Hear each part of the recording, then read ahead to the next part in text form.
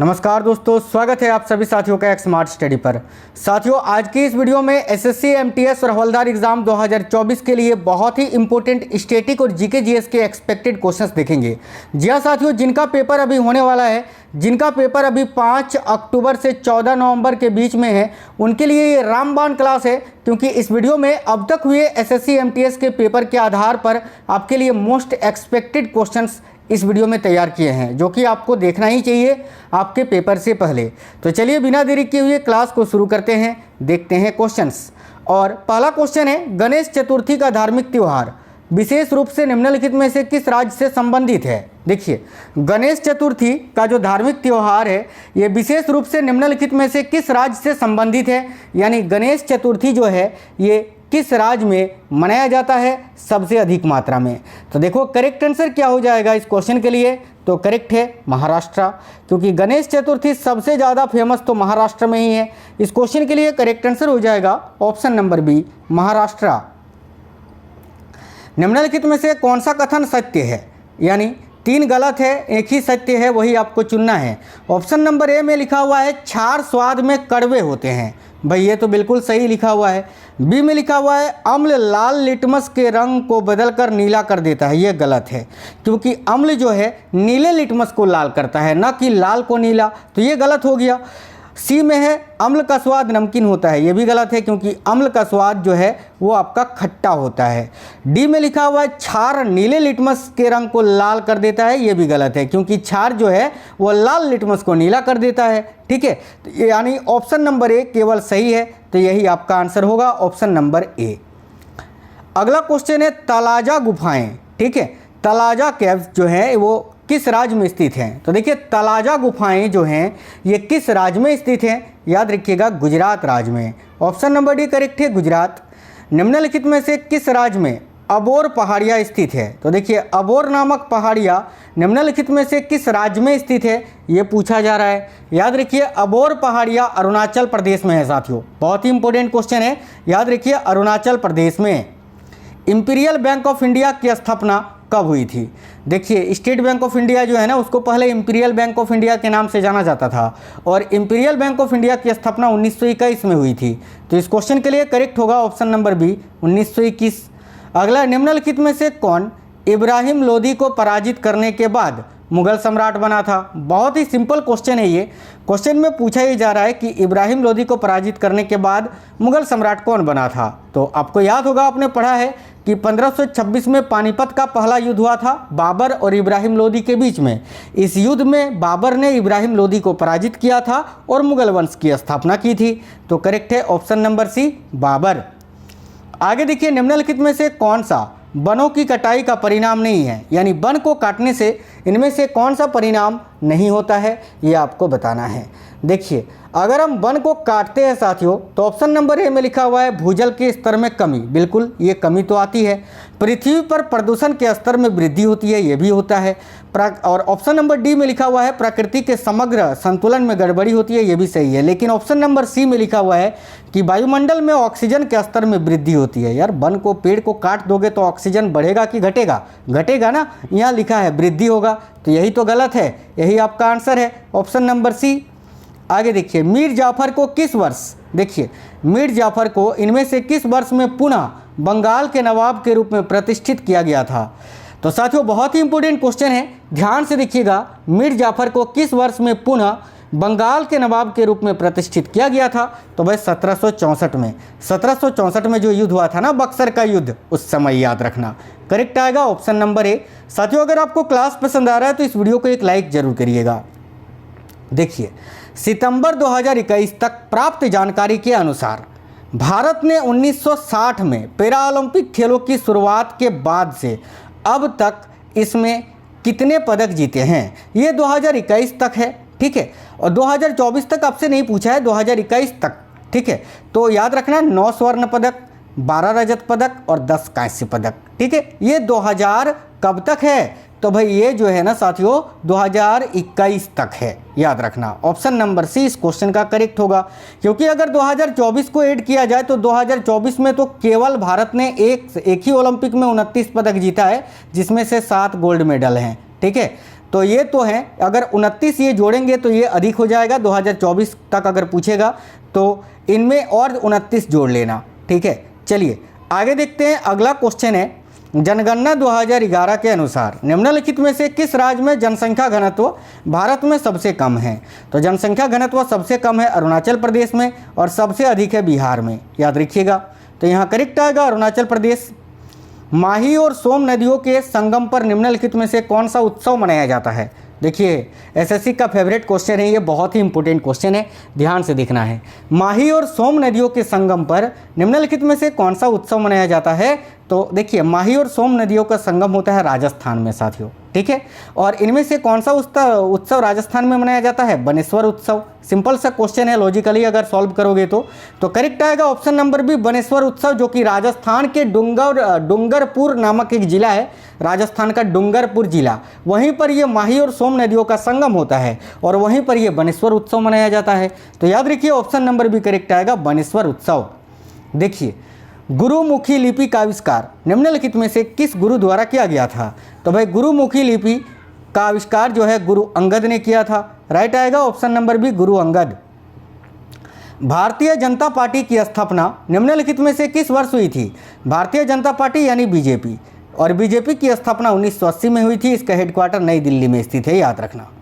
विश्व तीरंदाजी, देखिए विश्व तीरंदाजी युवा चैंपियनशिप 2023 के रिकर्व वर्ग में स्वर्ण पदक जीतने वाले भारत के पहले पुरुष तीरंदाज कौन बने हैं? तो देखिएगा यहाँ आपका करेक्ट आएगा साथियों option number D, Parth Salunkhe, ठीक है, सालुंखे होगा, पार्थ सालुंखे, याद रखिएगा। Nehru memorial museum and library society का नाम बदलकर नया नाम क्या रखा गया है? तो ध्यान से देखिए, काफ़ी अच्छा क्वेश्चन है। Nehru memorial museum and library society का नाम बदलकर अभी नया नाम जो है प्रधानमंत्री संग्रहालय और लाइब्रेरी सोसाइटी रखा गया है। तो ऑप्शन नंबर बी इस क्वेश्चन का करेक्ट आंसर होगा। आगे देखिए, पर्यावरण संरक्षण और मवेशी के गोबर के प्रबंधन के लिए केंद्र सरकार ने 2023 में किस योजना को शुरू किया है? तो भाई करेक्ट आएगा साथियों गोवर्धन योजना को, राइट आएगा ऑप्शन नंबर डी, गोवर्धन योजना। कालबेलिया लोक नृत्य किस राज्य से संबंधित है? वेरी इंपॉर्टेंट क्वेश्चन है।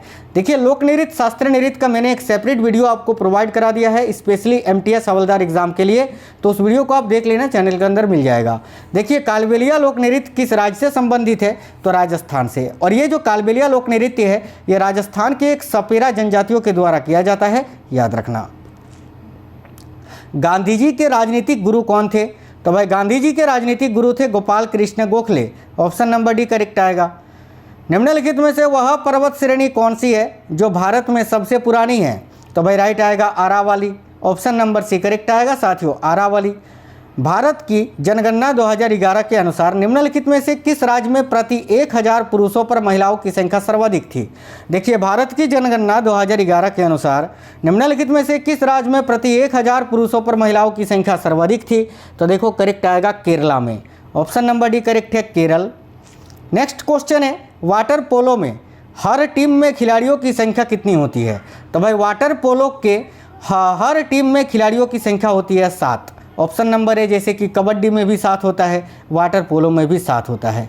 फाल्गुनी पाठक निम्नलिखित में से किस विद्या की प्रसिद्ध गायिका हैं?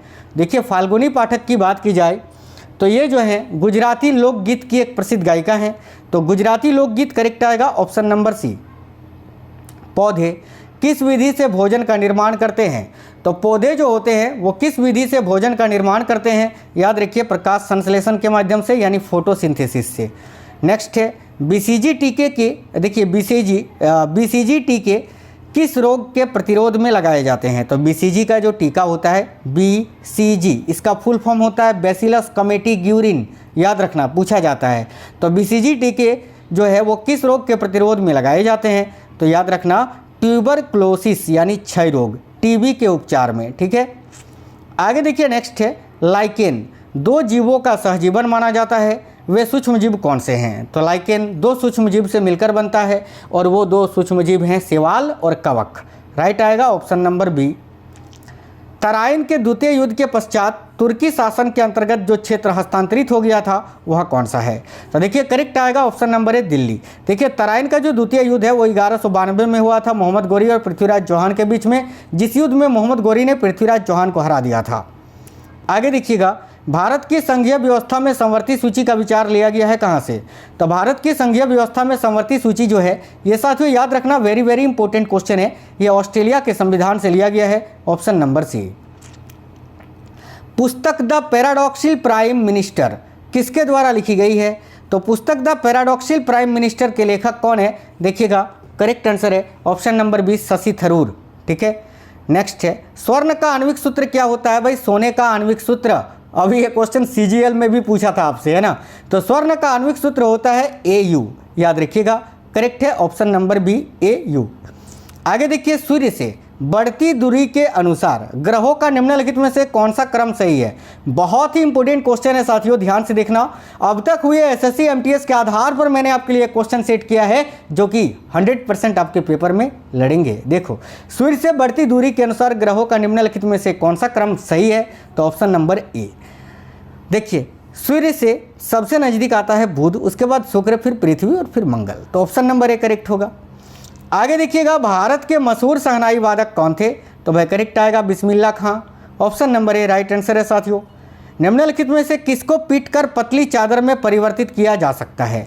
तो इनमें से किसको पीटकर पतली चादर में परिवर्तित किया जा सकता है? तो देखिए करेक्ट आंसर क्या होगा? तो जस्ता को। जिंक करेक्ट आंसर होगा ऑप्शन नंबर ए, जस्ता को याद रखिएगा सभी साथी। ठीक है, चलिए नेक्स्ट क्वेश्चन देखते हैं। वैश्विक प्रतियोगिता में स्वर्ण पदक जीतने वाली पहली भारतीय जिम्नास्ट कौन थी? काफ़ी अच्छा क्वेश्चन है, बहुत ही इंपॉर्टेंट क्वेश्चन है, ध्यान से देखिएगा साथियों। तो भाई देखो, इस क्वेश्चन के लिए करेक्ट आंसर क्या होगा? दीपा कर्मकार। आप मन में सोच रहे हैं कि इस क्वेश्चन का आंसर दीपा कर्मकार होना चाहिए, बिल्कुल सही सोच रहे हैं, दीपा कर्मकार करेक्ट है ऑप्शन नंबर ए। किस शासक वंश ने मंदिरों एवं ब्रह्मांडों को सबसे अधिक ग्राम अनुदान में दिया था? यानी किस वंश के शासकों ने मंदिरों एवं ब्रह्मांडों को सबसे अधिक ग्राम अनुदान में दिया था? तो देखिए करेक्ट आएगा गुप्त वंश के शासकों ने, ऑप्शन नंबर ए करेक्ट है गुप्त वंश। अगला है, उष्णकटिबंधीय क्षेत्रों की जलवायु सामान्यतः गर्म होती है क्योंकि ये इनमें से किस क्षेत्र के आसपास स्थित होते हैं? तो करेक्ट आएगा ऑप्शन नंबर डी भूमध्य रेखा के आसपास, भूमध्य रेखा क्षेत्र के आसपास। आगे देखिए, ओडिसी भारत के किस राज्य का नृत्य है? तो ओडिसी एक शास्त्रीय नृत्य है उड़ीसा राज्य का, राइट है ऑप्शन नंबर बी उड़ीसा। कोल जनजाति किस राज्य में पाई जाती है? तो साथियों देखो, कोल नामक जो जनजाति है ना, ये मध्य प्रदेश में पाई जाती है, ऑप्शन नंबर सी करेक्ट है। 1971 में स्वतंत्रता की घोषणा के बाद बांग्लादेश के प्रथम प्रधानमंत्री का नाम बताइए। तो भाई 1971 में स्वतंत्रता की घोषणा के बाद बांग्लादेश के प्रथम प्रधानमंत्री कौन थे? देखिए करेक्ट आएगा ताजुद्दीन अहमद, राइट है option number A Tajuddin Ahmed. निम्नलिखित में से कौन स्वतंत्रता सेनानी ने जेल की दीवारों पर महाकाव्य यानी कमला लिखा था? तो भाई निम्न में से वह स्वतंत्रता सेनानी कौन थे जिन्होंने जेल की दीवारों पर महाकाव्य कमला लिखा था? तो देखो यहाँ करेक्ट आएगा BD सावरकर ने, विनायक दामोदर सावरकर ने, ऑप्शन नंबर बी करेक्ट है। आगे देखिएगा, कौन से चोल राजा ने मालदीव के द्वीपों में दरियाई विजय पाई थी? तो इनमें से कौन से वो चोल राजा थे जिन्होंने मालदीव के द्वीपों में दरियाई विजय पाई थी? तो भाई याद रखिए करेक्ट है राजा राज ने या राजराज ने, ऑप्शन नंबर बी करेक्ट आएगा।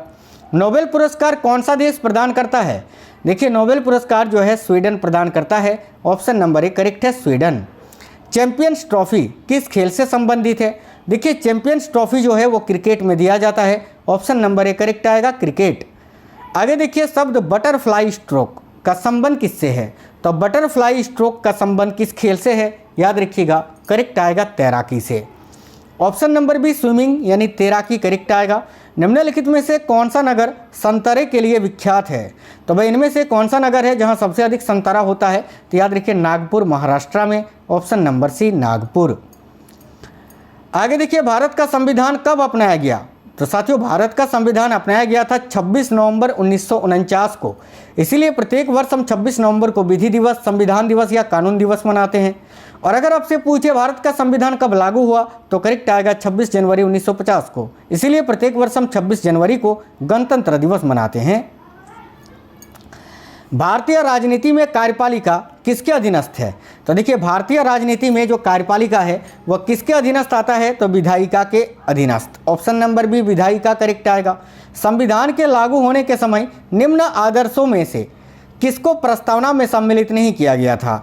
तो भाई देखिए करेक्ट आएगा साथियों समाजवादी को। बाकी स्वतंत्रता, समानता, न्याय इन सभी को प्रस्तावना में शामिल किया गया था। समाजवादी की बात करें तो इसको भारतीय संविधान में 1976 में जोड़ा गया था 42वें संविधान संशोधन के द्वारा। तो ऑप्शन नंबर सी करेक्ट आएगा। आगे देखिए नेक्स्ट है स्वेज नहर भूमध्य सागर को जोड़ती है किससे? तो स्वेज नहर जो है ना ये भूमध्य सागर को जोड़ती है लाल सागर से। सिंपल क्वेश्चन है, ऑप्शन नंबर डी करेक्ट होगा। निम्न में से कौन सा ग्रह आकार और द्रव्यमान के मामले में पृथ्वी के लगभग समान है? तो भाई निम्न में से कौन सा ग्रह है जो आकार और द्रव्यमान के मामले में पृथ्वी के लगभग समान है? तो याद रखिए शुक्र करेक्ट है। ऑप्शन नंबर बी शुक्र। ब्रिटिश शासन के अधीन भारतीय गरीबी और अर्थव्यवस्था पर दादा भाई नौरोजी द्वारा कौन सी पुस्तक लिखी गई थी? बहुत ही इंपॉर्टेंट क्वेश्चन है ये, वेरी वेरी इंपॉर्टेंट क्वेश्चन है। तो देखिए ब्रिटिश शासन के अधीन भारतीय गरीबी और अर्थव्यवस्था पर दादा भाई नौरोजी द्वारा कौन सी पुस्तक लिखी गई थी? याद रखिए poverty and un British rule in India. Option number C इस क्वेश्चन का करेक्ट आंसर है। तो साथियों उम्मीद करते हैं आपको क्लास पसंद आई है और प्लीज़ आप सभी से रिक्वेस्ट है अगर क्लास पसंद आई है तो इस वीडियो को ज़्यादा से ज़्यादा शेयर करिएगा और अपने सभी दोस्तों से चैनल सब्सक्राइब जरूर करने को भूलिएगा। बेल आइकन ऑन कर लेना और कमेंट बॉक्स में बताना कि आप जो है अभी किस किस एग्ज़ाम की तैयारी कर रहे हो और आपका SSC MTS का पेपर कब है। तो चलिए मिलते हैं नेक्स्ट वीडियो में, तब तक के लिए जय हिंद, वंदे मातरम।